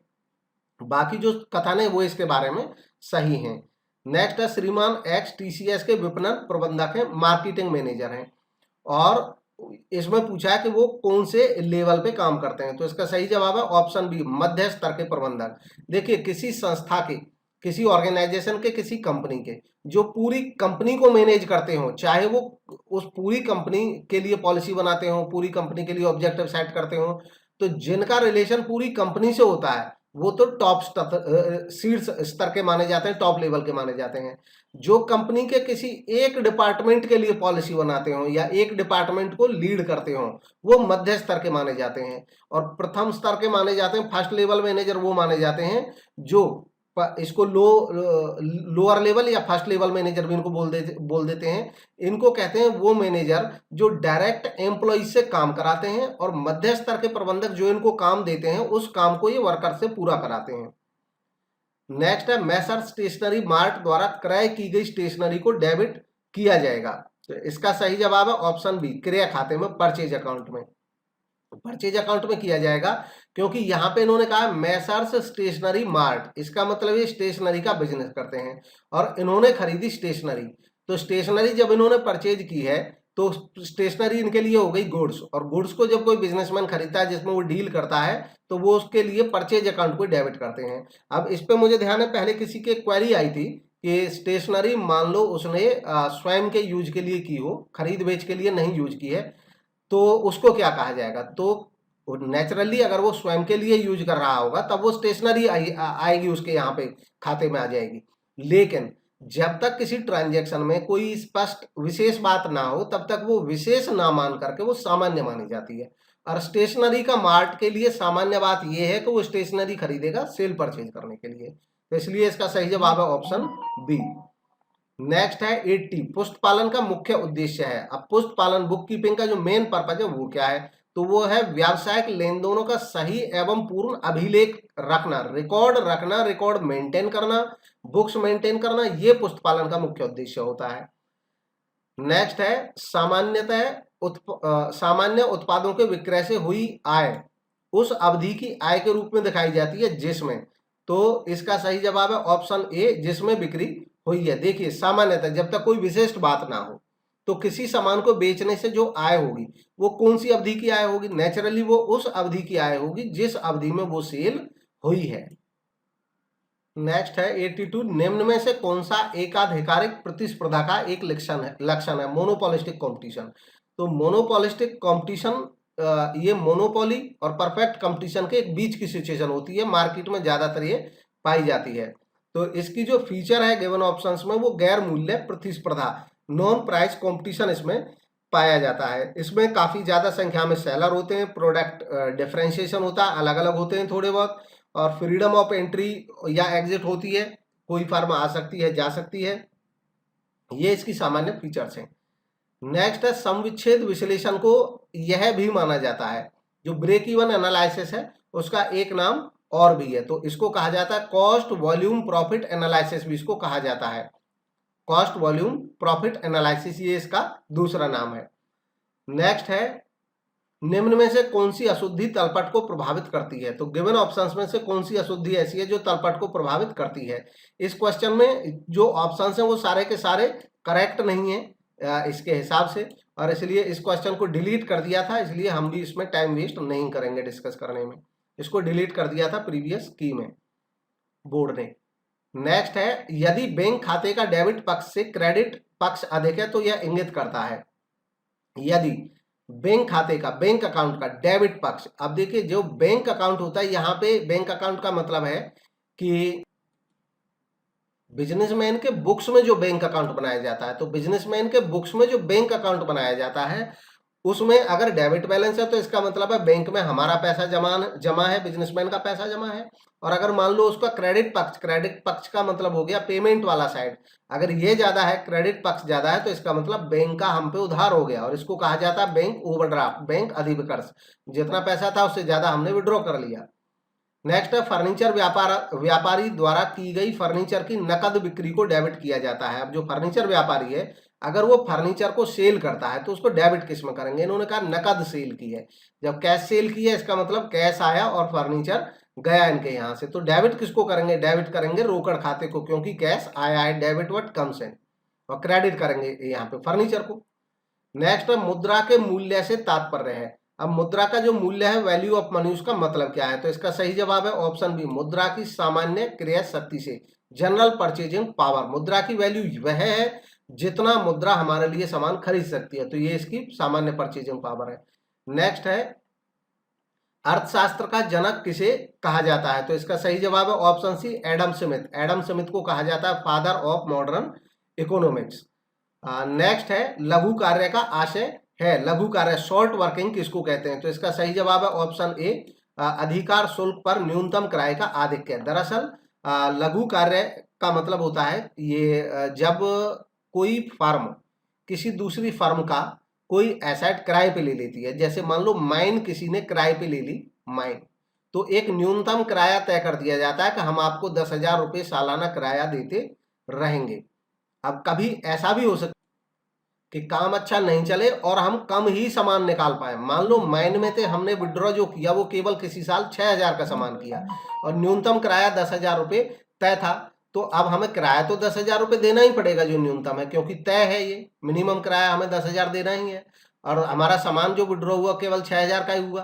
तो अब हम उससे कहेंगे कि देखो साहब काम काफी कम हुआ है, उसने कहा कि ठीक है न्यूनतम किराया 10,000 है, ये तो आपको देना ही होगा, लेकिन 4,000 रुपये जो है आपका मैं शॉर्ट वर्क मान लेता हूँ अभी 4,000 रुपये, इसको कहते हैं लघु कार्य। अब शॉर्ट वर्किंग का एक फीचर ये होता है कि अगर कंडीशन वैसी सेट हो, तो अगर जो लेसी और लेसर हैं वो दोनों इस तरह का कोई कंडीशन कर चुके हैं कि लघु कार्य किसी वर्ष में रह गया है, तो आने वाले वर्षों में जब ज्यादा कार्य होगा उस समय पे इसको बिजनेसमैन को ये शॉर्ट वर्किंग की छूट मिल जाएगी, यानी कि ये पैसे उस समय बचा लेगा।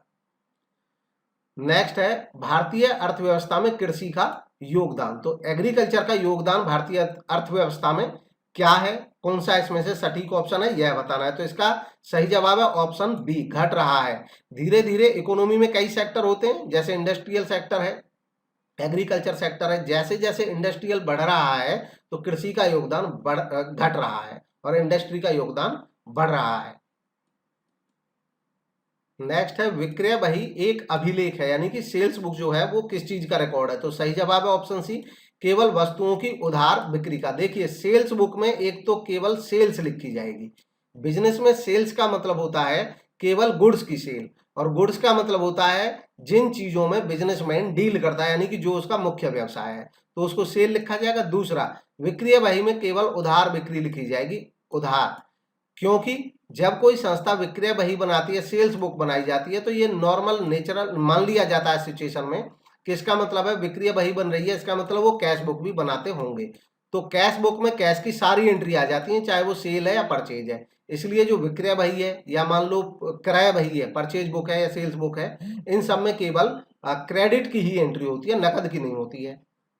नेक्स्ट है निम्नांकित प्रलेखों में से कौन से प्रलेख नकद बिक्री प्रमाणन के लिए प्रासंगिक नहीं है। इसमें कह रहा है कि अगर मान लो इनमें से कौन से डॉक्यूमेंट ऐसे हैं जो नकद बिक्री यानी कि कैश सेल होती है तो उसके वाउचिंग के लिए काम का नहीं है। तो ऑप्शन बी इसमें सही होगा, ग्राहकों को भेजा गया मासिक विवरण। देखिए ग्राहक कस्टमर्स का मतलब तो वो कस्टमर भी हो सकते हैं कि जनरली मासिक विवरण हम उनको भेजेंगे जिनसे हमारा उधार सेल होता है, तो ये नकद बिक्री से के रिकॉर्ड इसके लिए नहीं मिलेंगे। अगर नकद बिक्री कैश सेल को हमें वाउच करना है, उसका प्रमाणन करना है ऑडिटर के द्वारा, तो वो दैनिक नकद बिक्री यानी कि जो डेली कैश समरी है उसको चेक करेंगे, विक्रियकर्ता द्वारा दिया गया विवरण, सेल्समैन का स्टेटमेंट चेक करेंगे, उसने जो कैश सेल उसमें दिखा रखा होगा, और बैंक स्टेटमेंट जिसका चेक से द्वारा लेन देन होगा, उन सबको वाउचिंग में यूज किया जाएगा। नेक्स्ट है किसी व्यवसाय की आय क्षमता बढ़ाने के लिए व्यय की गई राशि। अगर कोई भी बिजनेसमैन, कोई भी बिजनेस जो खर्च करता है, व्यय करता है, वो करता है इसीलिए ताकि उसका लाभ बढ़े। अब उसमें अलग अलग होता है कि कुछ चीजें ऐसी होती हैं जिनसे डायरेक्ट हमारी अर्निंग की कैपेसिटी बढ़ जाती है, कुछ खर्चे ऐसे होते हैं जिनसे केवल अर्निंग की कैपेसिटी मेंटेन रहती है। तो जिनसे हमारी आय कमाने की क्षमता बढ़ जाती है यानी कि लॉन्ग टर्म इंपैक्ट हो रहा है, वो पूंजीगत व्यय कहलाते हैं। और ऐसे खर्चे जो आय को केवल मेंटेन करने में रोल प्ले करते हैं, जैसे रिपेयर कराना, वो आयगत व्यय माना जाता है, आयगत खर्चा माना जाता है।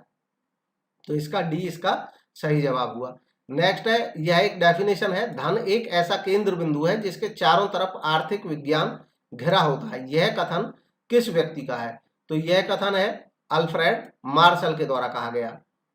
नेक्स्ट है, किस बाजार संरचना में मांग पूरी तरह से लोचशील है। तो बाजार की वो कौन सी संरचना है जिसमें मांग पूरी तरह लोचशील रहती है। तो इसका सही जवाब है पूर्ण प्रतियोगिता, परफेक्ट कंपटीशन। पूर्णतः लोचशील डिमांड का मतलब होता है कि जो प्राइस है उसमें बिना किसी परिवर्तन के भी डिमांड घटती बढ़ती रहती है, यानी कि पूरी तरह फुल्ली फ्लेक्सिबल है, प्राइस का कोई इस पे असर पड़ता है नहीं। प्राइस में या तो बिना परिवर्तन हुए ये चेंज हो जाता है डिमांड, या प्राइस में जरा सा भी चेंज होने पे ये काफी ज्यादा चेंज हो जाता है, तब उसको पूरी तरह लोचशील माना जाता है।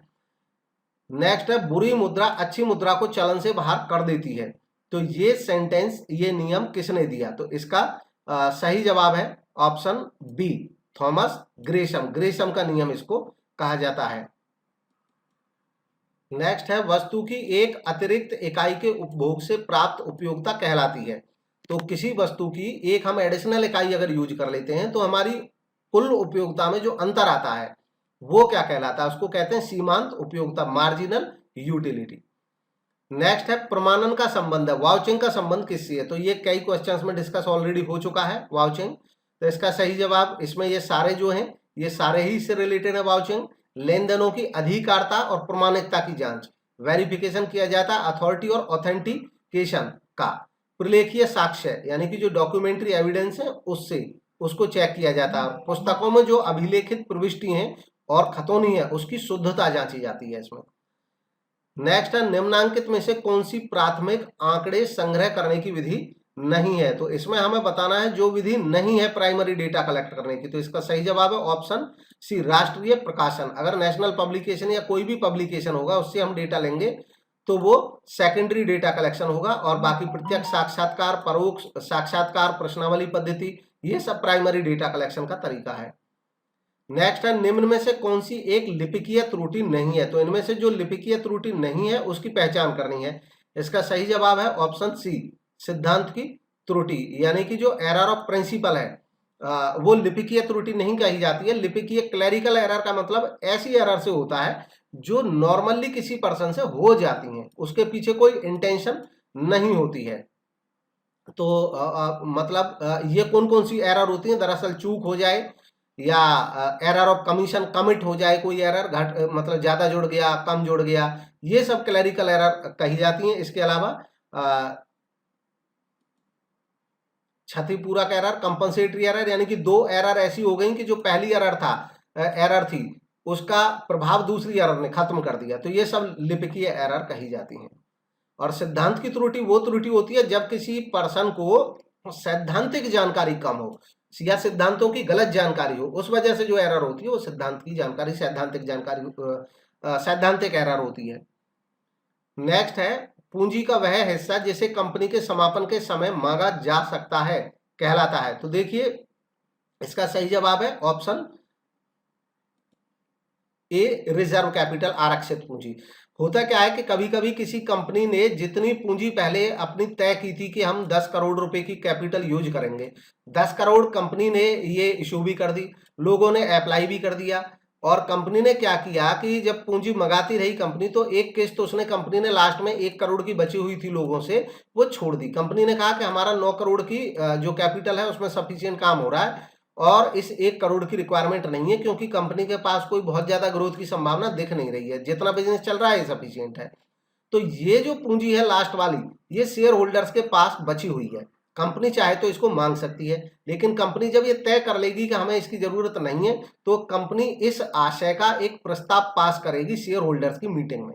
जब ये इस आशय का प्रस्ताव पास हो जाएगा तो उसमें क्लियर कर दिया जाता है कि ये जो कैपिटल है, जो लोगों ने अप्लाई भी की थी, हमने लोगों से मतलब कॉल नहीं की थी, हमने कॉल नहीं की थी लास्ट में, लेकिन लोगों ने वो अप्लाई कर रखे थे उतने रुपए के शेयर, 10 रुपए का शेयर अप्लाई कर रखा था, 9 रुपए हमने मांग लिए तो उन्होंने दे भी दिए थे, 1 रुपए हमने मांगा ही नहीं, छोड़ रखा है, और इस आशय का प्रस्ताव पास कर दिया कि इसको कंपनी मंगाएगी भी नहीं। तो ऐसी पूंजी को कहा जाता है आरक्षित पूंजी, क्योंकि इसको कंपनी जीवन काल में मंगा नहीं सकती है सिवाय विशेष परिस्थिति के। जैसे अगर कंपनी बंद हो गई और कंपनी इंसॉल्वेंट हो रही है, तो ऐसे केस में कंपनी अब इस 1 रुपए की डिमांड कर सकती है उन लोगों से। नेक्स्ट है लैटिन शब्द ऑडियर का अर्थ क्या है? अब ऑडायर ये शब्द है, ऑडिट से रिलेटेड है। इसका मीनिंग क्या है? इसका मीनिंग है सुनने के लिए। दरअसल पुराने समय में जो यूरोपियन कंट्रीज थे वहां पे सिस्टम ये था कि जो लोग अकाउंट रखते थे वो उस अकाउंट को ये सही है या इसमें कोई कमी तो नहीं है, इसके लिए किसी एक्सपर्ट को सुनाते थे अकाउंट्स को पढ़ करके। वो जो पर्सन एक्सपर्ट होता था वो सुनता था और उसमें कोई चूक होती तो वो उसको बताता था कि भाई ये यहाँ पे ठीक नहीं लग रहा है। तो यहीं से ये वर्ड जो ऑडायर था ये शुरू हो गया, क्योंकि वो सुनता था, तो उसी को धीरे धीरे ऑडिट वर्ड उसी से बन गया। नेक्स्ट है अंकेक्षण का उद्देश्य क्या नहीं है? अंकेक्षण का जो उद्देश्य नहीं है वह बताना है। तो गिवन ऑप्शंस में अंकेक्षण का उद्देश्य नहीं है। ऑप्शन ए, मूल प्रविष्टियों का अभिलेखन करना, ओरिजिनल एंट्री को रिकॉर्ड करना इसका उद्देश्य नहीं होता है। अंकेक्षण का उद्देश्य होता है वित्तीय विवरणों का सत्यापन करना, त्रुटियों का पता लगाना, धोखाधड़ी का पता लगाना। ये सत्यापन करना ये प्राथमिक प्राइमरी पर्पज होता है, ये सेकेंडरी पर्पज होते हैं ऑडिट के। नेक्स्ट है किसी कंपनी में आंतरिक अंकेक्षक की नियुक्ति की जाती है। अब किसी कंपनी में जो इंटरनल ऑडिटर है उसकी नियुक्ति की जाती है किसके द्वारा? इंटरनल ऑडिटर का कोई मतलब स्टैट्यूटरी ऑडिट से कोई रिलेशन नहीं है।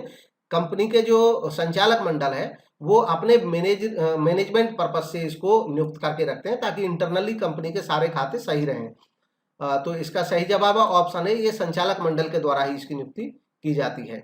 डायरेक्टर्स के द्वारा या मैनेजमेंट के द्वारा भी कहीं जवाब होता है तो वो भी सही होता है।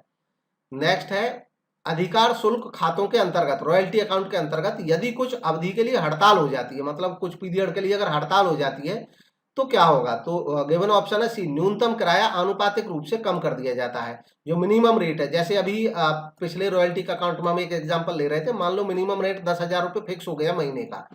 अब मान लो कि ऐसा खतरा रहता है कि कभी स्ट्राइक हो गई, तो जो किराए पे ले रहा है खान को, माइन को, वो कहेगा कि भाई कभी ऐसा अगर हो जाए तो मुझे कुछ रियायत मिलेगी किराए में। अब मान लो इनका एग्रीमेंट हो जाता है, तो उसने कह दिया माइन का जो मालिक था कि ठीक है भाई, अगर कभी हड़ताल हो जाए तो जितने दिन की हड़ताल हो जाएगी उसके प्रोपोर्शन में आप कम कर सकते हो। तो ये एक कंडीशन रहती है उनकी मर्जी से ही रहती है हालांकि।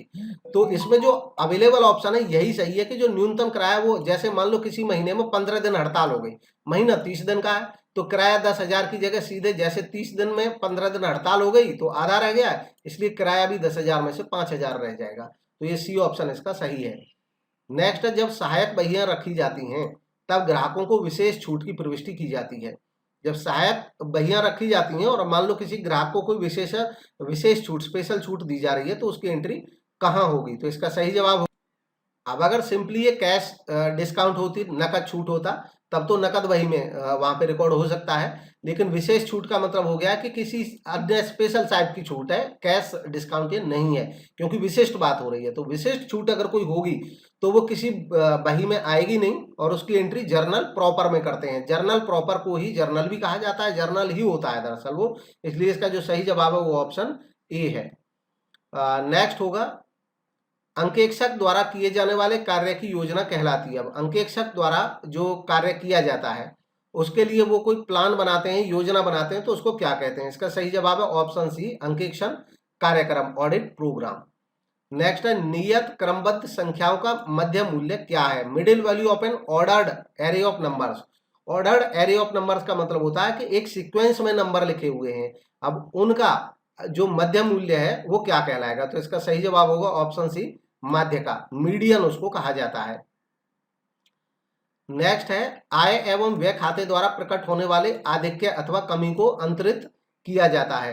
तो इसका जो सही जवाब है वो है ऑप्शन डी, पूंजी निधि में, कैपिटल फंड में। दरअसल ये नॉट फॉर प्रॉफिट ऑर्गेनाइजेशन में बनाया जाता है आय एवं व्यय खाता।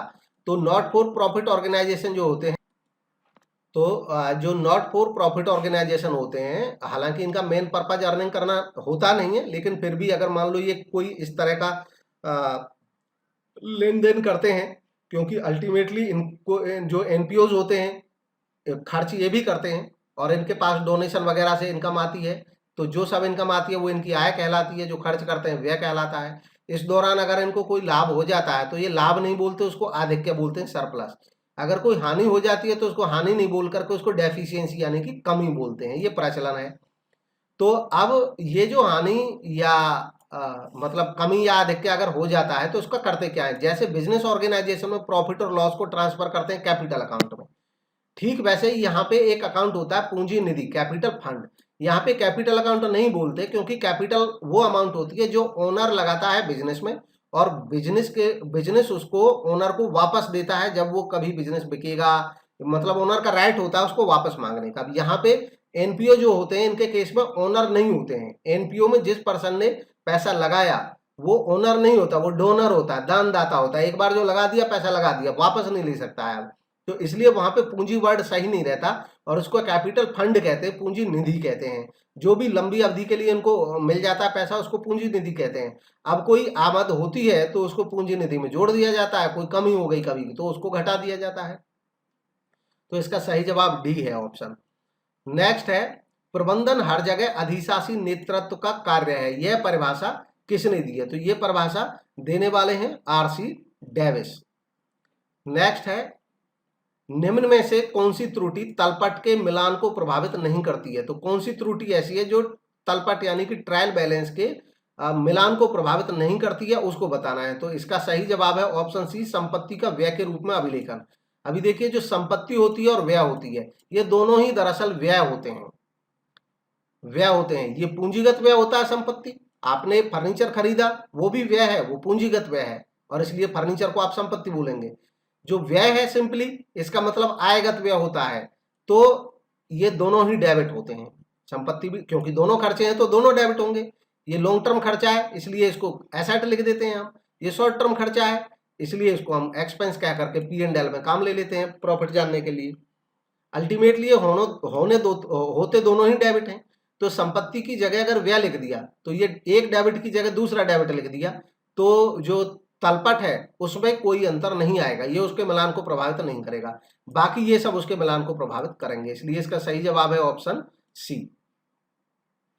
नेक्स्ट है, अंकेक्षक रिपोर्ट देता है, एक ऑडिटर रिपोर्ट देता किसको है? तो इसका सही जवाब है किसको नहीं, ऑडिटर रिपोर्ट ऑन यानी कि किस चीज पे देता है? तो ये रिपोर्ट देता है खातों की सत्यता पर, खाते सत्य हैं, निष्पक्षता पर और खातों की वैधता पर कि ये हैं या नहीं, ऐसी चीज की अंकेक्षक जांच करता है और इसके बारे में रिपोर्ट करता है। नेक्स्ट है निरक्षर उपभोक्ताओं के लिए कौन सा माध्यम उपयोगी है। अगर कोई उपभोक्ता निरक्षर है, अनपढ़ है, तो उनके लिए कौन सा माध्यम प्रचार के लिए सही रहेगा। तो इसका सही जवाब है ऑप्शन बी, प्रसारण माध्यम, क्योंकि प्रसारण में, ब्रॉडकास्टिंग में केवल उनको सुनना होता है और इसलिए ये माध्यम उनके लिए सबसे ज्यादा उपयोगी है, उनको कुछ पढ़ना नहीं है। नेक्स्ट है उत्पादक सेवाओं की आगतों की दर और निर्गत की दर के बीच संबंध क्या कहलाता है। तो इसका सही जवाब है ऑप्शन उत्पादन फलन, प्रोडक्शन फंक्शन। दरअसल ये जो आगत होती हैं उनकी दर और जो निर्गत होते हैं यानी कि आउटपुट होते हैं उनके बीच में रिलेशन को बताता है उत्पादन फलन। नेक्स्ट है प्रश्नावली में सीधे विकल्पीय प्रश्नों के उत्तर कितने होने चाहिए।